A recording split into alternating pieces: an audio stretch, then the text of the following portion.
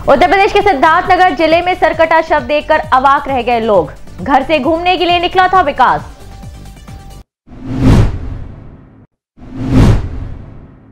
मध्य प्रदेश के उज्जैन में मोबाइल चोरी करने वाले गैंग का पर्दाफाश। लगातार हो रही मोबाइल चोरी से परेशान थे नागरिक। नमस्कार, मैं शाहीन, आप देख रहे हैं IPN भारत और अब खबरें विस्तार से।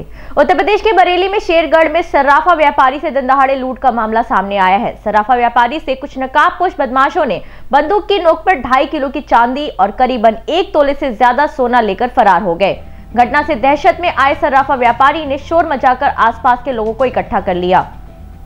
सूचना पर पहुंचे क्षेत्राधिकारी यतेंद्र नागर और शेरगढ़ थाना अध्यक्ष ने मौके पर पहुंचकर सुनार से मामले की जानकारी ली और आगे की कार्रवाई में जुट गए।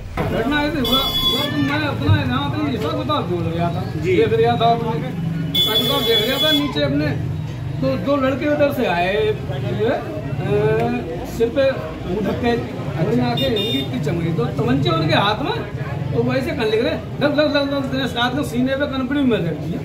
तो मैं ये समझा, मुझे शक ये हुई कि यार लड़के मेरे गांव वाले को ऐसे मजाक कर रहे हो, तो मैं ये शक समझी। जब उनने तमंचा मेरे देखा तो मैंने सोचा अरे आज तो बदमाश बोले सालो पता क्या क्या क्या, एक बोलो भर जल्दी भर। तो मैं देख रहा था इधर रास्ता चल रही थी, मैंने यहाँ कोई ऐसा आदमी यहाँ बोले आवाज बनवाना, शोर बंद करना, शोर मार देंगे। कनपटी में मेरा रख दिया एक ने मेरे सीने में। उत्तर प्रदेश के बरेली में उलेमा ने कोरोना टीकाकरण से जुड़े अफवाहों को विराम देते हुए बताया कि कोरोना वैक्सीन को लेकर मुसलमान किसी भी गलतफहमी में ना पड़े। उलेमा ने कहा है कि शरीयत में जान बचाना सबसे बड़ा फर्ज है। वैक्सीन में ऐसा कोई पदार्थ नहीं मिला जो नाजायज हो, इसीलिए वैक्सीन का इस्तेमाल पूरी तरह से जायज है। मौलाना शहाबुद्दीन रज़वी ने केंद्र सरकार की सराहना करते हुए कहा है कि दूसरे देशों के मुकाबले हमारे देश में कोरोना की रोकथाम के लिए बेहतर प्रयास किए गए हैं। आपको बता दें कि मेडिकल टीम ने भी वैक्सीन में किसी गलत चीज का न होने की बात कही है। वैक्सीन का इस्तेमाल करना बिल्कुल जायज है। बैठक में मौलाना ताहिर रजा फरीदी, मौलाना मुजाहिद हुसैन, हाजी शादाब, आरिफ अंसारी के साथ साथ अन्य लोग भी मौजूद रहे। बहुत तरीके से अफवाहें फैली हुई हैं समाज में, तो इस समाज को दूर करने के लिए हमारी तंजीम उलमाए इस्लाम से वाबस्ता जितने भी उलमाए कराम हैं, मसाजिद के अइम्मा हजरात हैं, इन लोगों ने फैसला किया कि आवाम को बताया जाए कि इस कोरोना वैक्सीन के टीके में कोई भी नाजायज़ चीज़ नहीं मिलाई गई है, इसलिए बेखौफ व ख़तर टीका लोग लगवाएं और इसका इस्तेमाल करें। क्योंकि इस्लाम जान बचाने को फ़र्ज़ करार देता है, तो ऐसी मोहलिक मर्ज़ में ज़रूरी है कि इंसानी जान को बचाया जाए। ये हमारे इस्लाम की सबसे पहली प्राथमिकता है। उत्तर प्रदेश के मथुरा में राया रोड पर नीलकंठ होटल के सामने दो पक्षों में हुए विवाद में एक युवक सोनवीर ने दूसरे युवक किशन चौधरी को गोली मार दी। गोली लगने से किशन चौधरी गंभीर रूप से घायल हो गया। घायल को इलाज के लिए अस्पताल भिजवाया गया है। वहीं गोली मारने वाले युवक सोनवीर को पुलिस ने गिरफ्तार कर लिया है और मामले की जांच में जुट गई। उत्तर प्रदेश के मुजफ्फरनगर में चरथावल थाना क्षेत्र के भाकियू नेता विकास शर्मा ने दिया रास्ते पर धरना। दरअसल भारतीय किसान यूनियन ट्रैक्टर ट्रॉली प्रसार के लिए दिल्ली जाने के लिए तैयार थे। इसी दौरान गाँव वालों ने अपने मेन रास्ते की समस्याओं को उठाया। ग्रामीणों के मुताबिक ग्राम न्यामों में पिछले 3 साल से मेन रास्ता खराब पड़ा है, जिससे किसानों को आने जाने में काफी दिक्कतों का सामना करना पड़ रहा है। जिस पर भाकियू नेता विकास शर्मा ने अधिकारियों से बात की और रास्ते पर ही त्रिपाल बिछाकर बैठ गए। उनका कहना है कि जब तक रास्ता नहीं बनेगा तब तक वो यहां से नहीं उठेंगे। उत्तर प्रदेश के आजमगढ़ में दिव्यांग कल्याण समिति के बैनर के साथ अपनी मांगों के साथ कलेक्ट्रेट के सामने अंबेडकर पार्क में धरना प्रदर्शन किए। दिव्यांग कल्याण समिति के प्रबंधक राजेश सिंह ने मीडिया को बताया कि आजमगढ़ जनपद में दिव्यांगों के साथ लगातार भेदभाव किया जा रहा है। ना ही इनका आयुष्मान कार्ड बना है, ना ही इन्हें आवास उपलब्ध कराया गया है और ना ही दिव्यांगों को समय से पेंशन मिलती है। उन्होंने ये भी कहा कि अगर हमारी मांगे पूरी नहीं होती हैं तो हम लोग यहीं पर आमरण अनशन और भूख हड़ताल करेंगे। एसडीएम सदर ने बताया कि दिव्यांगजनों की जो भी मांग है वह नीतिगत मांगे हैं। इन मांगों को ऊपर तक पहुंचाने का भरोसा दिया गया था, लेकिन इसके बाद भी किसी के बहकावे में आकर यहां पर धरने पर बैठ गए। सर, हम राजेश कुमार सिंह दिव्यांग कल्याण समिति के प्रबंधक हैं। सर, आज किस लिए जिलाधिकारी कार्यालय के पास आप? जिलाधिकारी कार्यालय के सामने सर हम आवास, शौचालय और पेंशन को लेकर और जो आयुष्मान कार्ड है उसके संबंध में हम लोग सर धरना करने और प्रदर्शन करने के लिए आए हैं। क्या आपकी मुख्य मांगे हैं? मुख्य मांग में सर प्रत्येक दिव्यांगों को, जो पात्र दिव्यांग हैं, उनको आवास दिया जाए आरक्षण के आधार पर। अब मांगे पूरी नहीं होती हैं तो क्या होगा? हम लोग सर यहीं पर भूखों जो है मरेंगे सर। कहाँ से लोग आए हुए? जी कहाँ से लोग आए हुए हैं सर? पूरे जिले के कोने कोने से आए हैं सर। आप शासन प्रशासन से क्या कहना है? शासन से हम यही चाहेंगे कि वो हमारी मांग को पूरी करें, नहीं तो फिर यहाँ पर जो है हम लोग कफन ओढ़ कर सोएंगे। देखिए, इसमें जो ये मांग इनकी देखी गई हैं, जो यहाँ दिव्यांगजन को लेकर ये लोग आए हैं, इनकी जितनी भी मांगे हैं सभी नीतिगत मांगे हैं, सभी पॉलिसी मैटर्स है। चाहे वो दिव्यांगजनों को मुफ्त बिजली प्रोवाइड कराना हो, आवासों में उन्हें वरीयता दी जानी हो, सभी पॉलिसी मैटर्स हैं। इन पर निर्णय जो है वो शासन स्तर पर लिया जाना है। मेरा इनसे यही अनुरोध है कि ये अपना मांग पत्र हमें सौंप दें। हम उचित माध्यम से इनका मांग पत्र शासन को पहुंचा देंगे ताकि इनके जितने भी ग्रीवेंस हैं उनका सिस्टमिक रूप से एड्रेसल किया जा सके और यहाँ पर इस प्रकार शांति व्यवस्था भंग करने से किसी का भी जो है समाधान नहीं हो पाएगा। जहाँ तक बात है किसी के पेंशन प्रकरण के अटकने की या गलत नाम कटने की, उसके लिए मैंने आज भी जहानागंज में कैंप लगवाया है। कल यदि ये लोग कहेंगे तो मैं तहसील सदर में अपने यहाँ कैंप लगवा दूंगा, सभी ऑपरेटर्स को वहाँ बैठा दूंगा। जिन जिन को आवेदन करना है अपने पेंशन के लिए, वृद्धावस्था हो, दिव्यांगजन पेंशन हो, वो आवेदन करें। हम इंश्योर करेंगे कि उनका आवेदन समाज कल्याण विभाग तक पहुंचे और यदि वो पात्र व्यक्ति है तो उसके पेंशन खाते में पैसा आएगा। लेकिन सर ये लोग अड़े हुए हैं कि हम यहाँ से नहीं उठेंगे, तो इसमें क्या कार्रवाई हो? देखिए, बातचीत से हमने इसको हल करने का प्रयास किया है। बातचीत से हम जारी करेंगे, हल करने का प्रयास करेंगे। यदि उसके बाद हल नहीं करेंगे तो फिर हमें आगे वैधानिक रास्तों पर जाना विचार करना पड़ेगा। सर, डीएम साहब को लाने की मांग लोग कर रहे हैं। नहीं, देखिए, डीएम साहब से मेरी वार्ता हो चुकी है, एडीएम साहब से भी मेरी वार्ता हो चुकी है। उन्होंने भी ये स्पष्ट कहा है, क्योंकि ऐसा नहीं है कि मेरे संज्ञान में आया है, ये पहले भी इस प्रकार कर चुके हैं। तो इनकी जो भी मांगे हैं सब क्योंकि नीतिगत हैं, तो ऐसे में जिलाधिकारी महोदय को आने का कोई औचित्य नहीं है। जो मांगे हैं पहुंचा दी जाएंगी और जो किसी के तहसील स्तरीय, विकासखंड स्तरीय जो समस्याएं हैं उनका हल हमारे द्वारा ही किया जाना है। उसमें उच्च अधिकारियों को आने की आवश्यकता नहीं है। तो कोई गुमराह कर रहा है? बिल्कुल। और आगे आइए जी, परिचय दीजिएगा। परिचय के साथ। हमारे राष्ट्रीय प्रवक्ता विकलांग संगठन सुनील सिंह एडवोकेट हूँ और हम लोग लड़ाई विकलांगों के लिए लड़ते हैं और कई प्रदेशों में 3000 पेंशन है, सिर्फ यूपी में 500 पेंशन मिल रहा है। और आवास एक भी विकलांगों को नहीं, देखिए सब विकलांग है। और सबसे बड़ी प्रश्न, न कोई सरकार ध्यान देती है न अधिकारी। जो लड़कियां पैदा होती है विकलांग, 25 साल के बाद जब माँ बाप मर जाते हैं, एक कड़ी जमीन भी नहीं रहती, एक मड़ई भी नहीं रहती है, वो विकलांग बताइए कहाँ जाती है? ये कभी न सरकार सुनी है न। तीनों को तत्काल आवास दिया जाए और जमीन भी आवंटित किया जाए। और हम यही मांग है। दूसरा है कि आयुष्मान भारत कार्ड भी बने इन लोगों को 3000 पेंशन किया जाए। यहाँ तक कि कम्बल, जो 50 रुपया कम्बल भी डीएम साहब देने की गरज नहीं किए ऐसे गरीबों को। बताइए। उत्तर प्रदेश के आजमगढ़ में समाजवादी पार्टी के वरिष्ठ नेता अभिषेक सिंह अंशु ने मीडिया से मुखातिब होते हुए कहा कि 2022 में हमारा नारा गैर भाजपावाद का है। इतना ही नहीं बल्कि बीजेपी के सारी नीतियों की वजह से किसानों और महिलाओं को हजारों किलोमीटर पैदल सफर करना पड़ता था। बीजेपी का नारा था कि अच्छे दिन आएंगे, लेकिन 7 सालों में कहीं अच्छे दिन नहीं दिखे। और वहीं समाजवादी पार्टी लोहिया के राष्ट्रीय अध्यक्ष शिवपाल यादव ने भी मंगलवार को भाजपा सरकार पर जमकर हमला बोला। भाजपा पहले तो हमको भी बताया था बी टीम, और हम ही सबसे ज्यादा शुरू से भाजपा के खिलाफ बोल रहे हैं। सर, ओवैसी यूपी में आते ही समाजवादी पार्टी पे सीधे निशाना साधा, बीजेपी को कुछ नहीं कहा, इसके सरफ।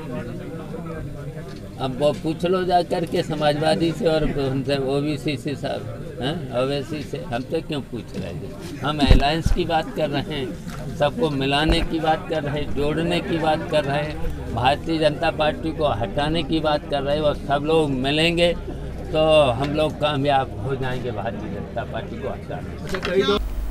उत्तर प्रदेश के कौशाम्बी जिले में कुछ दबंगों ने गरीबों की भूमि धरी जमीन पर जबरन कब्जा कर रहे हैं और जब गरीब उनका विरोध करते हैं तो दबंग उन्हें फर्जी मुकदमे में फंसा देने की धमकी देते हैं। इतना ही नहीं, मजदूरों को मार पीट कर उन्हीं के जमीन से भगा देते हैं। आपको बता दें कि दबंग इलाकाई पुलिस को मोटी रकम देकर अपने पक्ष में कर चुके हैं, जिससे पुलिस भी गरीबों की सुनने के बजाय दबंगों का साथ दे रही है। बिहार के समस्तीपुर में उजियारपुर थाना क्षेत्र के चंदौली चौक पर एक दवा व्यवसायी को बाइक पर सवार 3 बदमाशों ने गोली मारकर जख्मी कर दिया। घटना के बाद लोगों ने व्यवसायी सहदेव राय को जख्मी हालत में समस्तीपुर इलाज के लिए भर्ती कराया। इस घटना के बाद भाग रहे बदमाशों को लोगों ने महिसारी गांव में पकड़ने की कोशिश की, जिसमें एक बदमाश और बाइक को कब्जे में ले लिया गया। वहीं 2 बदमाश मौके से फरार हो गए। घटना के बाद सूचना पर एसडीओपी दलसिंह सराय दल बल के साथ घटना पर पहुंचे और लोगों द्वारा पकड़े गए आरोपी को गिरफ्त में लेकर पूछताछ शुरू कर दी। साथ ही फरार आरोपियों की तलाश में छापेमारी शुरू कर दी है। पर मेडिकल दुकान है जिस पर प्रतिदिन रात के 8 साढ़े 8 बजे दुकान बंद करके घर जाते हैं। इससे पहले ही कुछ अपराधी किस्म के लोग बाइक से गए और इनके ऊपर अंधाधुंध फायरिंग किया और वो भागने के क्रम में पता चला है कि ये वो धराया है। कहाँ का है क्या है अभी कुछ ट्रेस हम लोग को नहीं मिला है। जख्मी के क्या नाम है सर?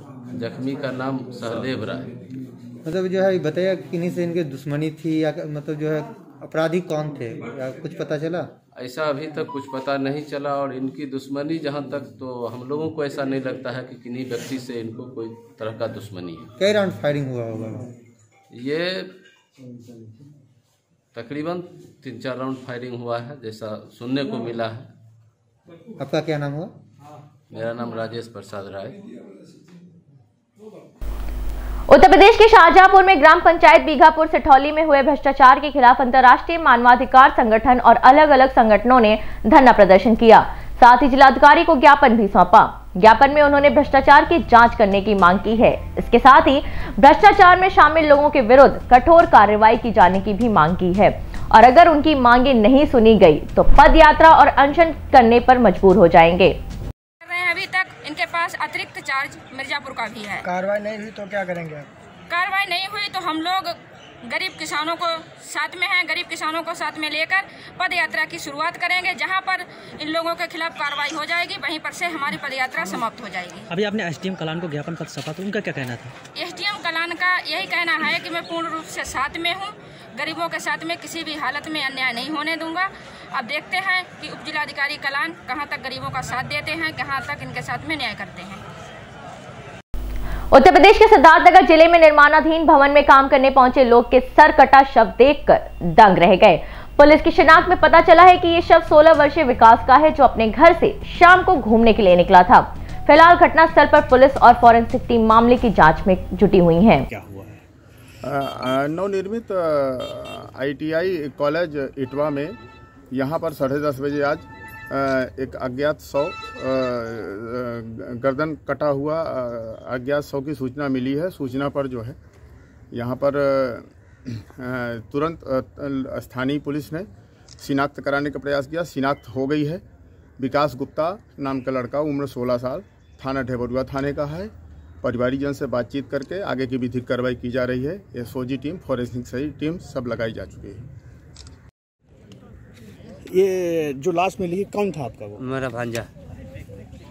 क्या हुआ था? कहाँ वो गया था? लाश मिली है आज लाश जो मिली कल वो शाम वहाँ स्कूल में पढ़ने यहाँ से पढ़कर गया घर गया तो खेती बाड़ी का कुछ काम किया है। खेती बाड़ी का काम किया कुछ तो उस लड़के ने थक गया तो उसने कहा कि माँ हम जा रहे हैं टहलने। अब रोड पे आया, वहाँ से क्या हुआ क्या नहीं उससे आगे कुछ नहीं। ये जानकारी कैसे आप लोगों को हुई? क्या लाश मिलने की जानकारी कैसे हुई आप लोगों को? यहाँ हल्ला हुआ सब कि वहाँ लाश पड़ी है और जो नाथ बाद में सब लोग अपन फ़ोन लगाए कि हाँ नहीं गया, वहाँ नहीं गया है, यही सब कर रहे थे। मध्य प्रदेश के उज्जैन में मोबाइल चोरी करने वाली एक गैंग के 5 आरोपियों को साइबर पुलिस ने गिरफ्तार कर लिया है। आरोपियों के पास से 5 मोबाइल फोन और 4 बाइक बरामद की है। SP अमरेंद्र सिंह ने जानकारी देते हुए बताया कि जिले में लगातार मोबाइल चोरी की वारदातें हो रही हैं। ऐसे में साइबर पुलिस ने कार्रवाई करते हुए एक मोबाइल चोरी करने वाले गैंग को हिरासत में ले लिया है। पुलिस की जो साइबर टीम है उसको एक बड़ी कामयाबी हासिल हुई है। अभी हाल में जो मोबाइल छीने की कुछ घटनाएं जो जानकारी में आई थी उसमें कुछ मामलों में कायमी हुई थी। उज्जैन की जो साइबर टीम है इस काम के लिए लगी हुई थी और फाइनली उसने 5 आरोपियों वाली 5 सदस्यीय एक ऐसी गैंग का खुलासा किया है जो सुबह शाम मॉर्निंग वॉक के दौरान जो लोग घूमते थे उनसे ये मोबाइल छीनते थे। अब तक जो गैंग है इससे 5 मोबाइल बरामद हुए, 4 चोरी की मोटरसाइकिल बरामद हुई है और जिसमें से 7 FIR पहले से ही इसमें दर्ज है। जो अन्य घटनाएं हैं, अन्य जो मोबाइल है उनके जो ओनर्स हैं, किसके द्वारा वो चलाए जा रहे थे उनकी पतासाजी की जा रही है। चोरी के जो वाहन है उसमें से 3 चोरी के वाहन उज्जैन के हैं और 1 चोरी की मोटरसाइकिल इंदौर से चुराना बताया गया है।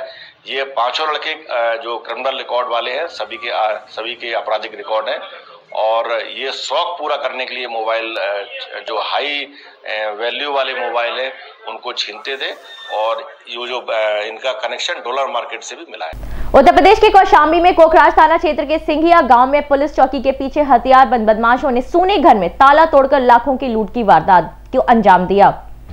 जानकारी के अनुसार सिंघिया निवासी सतीश कुमार कुशवाहा पानीपत में प्राइवेट नौकरी करता है। पीड़ित अनुपा ने बताया कि वह 3 दिन पहले दवा लेने मायके गई थी। बीती रात बदमाशों ने उसके घर का ताला तोड़कर 3 कमरों में लूटपाट की और सोने चांदी के आभूषण सहित 10,000 रुपए नकद लेकर फरार हो गए। फिलहाल पुलिस मामले की जांच कर रही है। आज की खबर में इतना ही। मुझे दीजिए इजाजत, तब तक के लिए नमस्कार।